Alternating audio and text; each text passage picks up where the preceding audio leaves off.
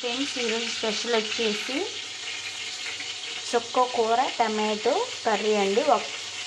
ఆకుకూరలలో ఎక్కువ టమాటాస్ వేయకూడదు కాబట్టి నేను ఒక టమాటో, ఒక 6 పచ్చిమిరపకాయలు వేసి కారం వేయకుండా చేస్తున్నానండి. పచ్చికారం వేసి చాలా అంటే చాలా బాగుంటుంది. ఒక కట్ట తీసుకొని ఇలా శుభ్రంగా కడిగి నీట్గా సన్నగా కట్ చేసి పక్కన పెట్టుకోవాలి. ఒక టమాటో, 6 పచ్చిమిరపకాయలు అండి. ఇప్పుడు తయారీ విధానంలోకి వెళ్ళిపోదాం.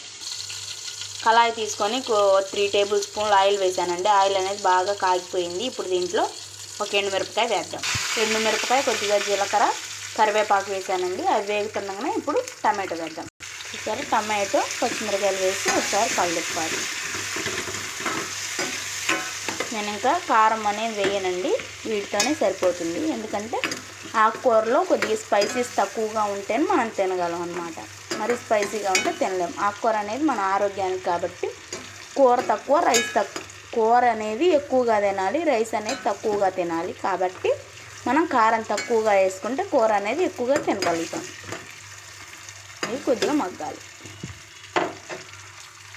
చూసారా, ఈ మాత్రం మగ్గిపోతే సరిపోతుంది. ఆకుకూర వేసినాక ఆ సగం కూడా మగ్గిపోతుంది. ఇప్పుడు దాంట్లో ఆకుకూర వేసేద్దాం. ఇది చూడటానికి ఇంత నిండా ఉంది కదండి, కానీ ఉడికేసరికి కొద్దిగా అయింది. అందుకని ఇప్పుడు మనం కొంచెం వాటర్ అనేది పోసేద్దాం. మరి ఎక్కువ పోయకండి, కొద్దిగా అయితే సరిపోతుంది. ఎందుకంటే ఆకుకూరలో వాటర్ ఉంటాయి కాబట్టి. ఇప్పుడు దీని మీద మూత పెట్టేద్దాం. చూసారా, మూత అనేది పెట్టేసాం. ఒక 10 నిమిషాలు ఉంటే ఆ ఆకుకూర అనేది మొత్తం మగ్గిపోయినాక చూపిస్తాను ఎంత అడుక్కుపోద్ది. చూసారు కదా, ఇందాకలు ఎంత పైకి ఉందో ఇప్పుడు ఎంత హెల్త్గా ఉందో. ఇప్పుడు దీంట్లో కొద్దిగా కలుపు వేద్దామండి. మీకు నచ్చితే మీరు సాల్ట్ అయినా వేసుకోవచ్చు. నేనైతే కల్లుపుతో యూజ్ చేస్తానన్నమాట. చూసారా, ఇప్పుడు ఎంత వాటర్, మనం కొంచెం వాటర్ పోసుకుంటేనే ఎన్ని వాటర్ అయ్యాయో దాంట్లో కదా. ఇప్పుడు ఈ మగ్గేసరికి వాటర్ అన్నీ ఇంకిపోతాయండి. ఏంటంటే ఎంత నీరుగా ఉందనుకోకండి. ఈ వాటర్ అనేది ఈ శుభ్రంగా మగ్గేసరికి పూర్తిగా ఇంకిపోతాయి అన్నమాట. చూసారా, ఎంత పైకి ఉన్నది కూడా ఇక్కడికి వచ్చేసి మనం వేసినప్పుడు ఎంత ఉంది, ఇప్పుడు ఇక్కడికి ఉంది. ఇది ఇంకా వాటర్ అన్ని పీల్చుకునేసరికి ఇంకా లోపలికి వెళ్ళిపోతుంది. అది కూడా చూపిస్తాను. ఇప్పుడు మనం కలుపు వేసాం కదా, బాగా కలిసే విధంగా కలుపుకుందాం. కల్లుప్పు అంటే మనకి ఎంతో హెల్దీ అండి. ఆకుకూరతో మనం కల్లుప్పు యూజ్ చేసుకుంటే ఇంకా మంచిదన్నమాట. ఏ కూరలో అయినా ఇలా పులుసు కూరలలో కంపల్సరీ కల్లుప్పు వేసుకోండి. చూసారా, చక్కగా ఉంది. స్మెల్ అయితే అదిరిపోతుందండి. తిన్నా కూడా చాలా అంటే చాలా బాగుండిద్ది. మంటని మీడియం టు హై ఫ్లేమ్, ఇదిగో మీడియం టు హై ఫ్లేమ్, ఆ ఫ్లేమ్ మీద ఉడకనివ్వాలన్నమాట. అటు మాడకూడదు, ఇటు త్వరగా ఉడికిపోతుంది అన్నమాట. చుక్కకూర అనేది త్వరగా ఉడికిపోతుందండి. చాలా అంటే చాలా త్వరగా ఉడికిపోతుంది. దీంట్లో ఒక చిటికెడు పసుపు వేసేద్దాం. పసుపు వేసి బాగా కలిసే విధంగా కలపాలి. చూసారా, ఇంకా లోపలికి వెళ్ళిపోయింది కర్రీ.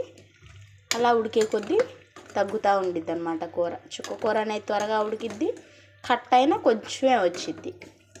చాలా అంటే చాలా బాగుండిద్దండి టేస్ట్. మీరు కూడా ఒకసారి ట్రై చేయండి. నా ఛానల్ కనుక మొదటిసారి చూస్తున్నట్లయితే లైక్ చేయండి, షేర్ చేయండి, సబ్స్క్రైబ్ చేయండి ఫ్రెండ్స్. ఉడికినాక చూపిస్తాను, ఇంకా ఉడకాలేదు. చూసారా ఫ్రెండ్స్, చక్కగా మగ్గిపోయింది. ఈ తాలింపు ఆల్రెడీ మనం పెట్టాం కాబట్టి తాలింపు పెట్టే అవసరం లేదు. చూసారా చక్కగా ఉంది. చుక్కకూర టమాటో కర్రీ రెడీ అండి. వేడి వేడి అన్నంలో కానీ చపాతీల్లో కానీ చాలా అంటే చాలా బాగుంటుంది. చూసారా, అంతే అండి. స్టవ్ ఆపేసాను. మీరు కూడా ట్రై చేసి ఎలా కుదిరిందో కామెంట్ సెక్షన్లో కామెంట్ చేయండి. నా ఛానల్ కనుక మొదటిసారి చూస్తున్నట్లయితే లైక్ చేయండి, షేర్ చేయండి, సబ్స్క్రైబ్ చేయటం మటుకు మర్చిపోకండి. Bye friends. రేపు ఇంకొక స్పెషల్తో మళ్ళీ వస్తాను.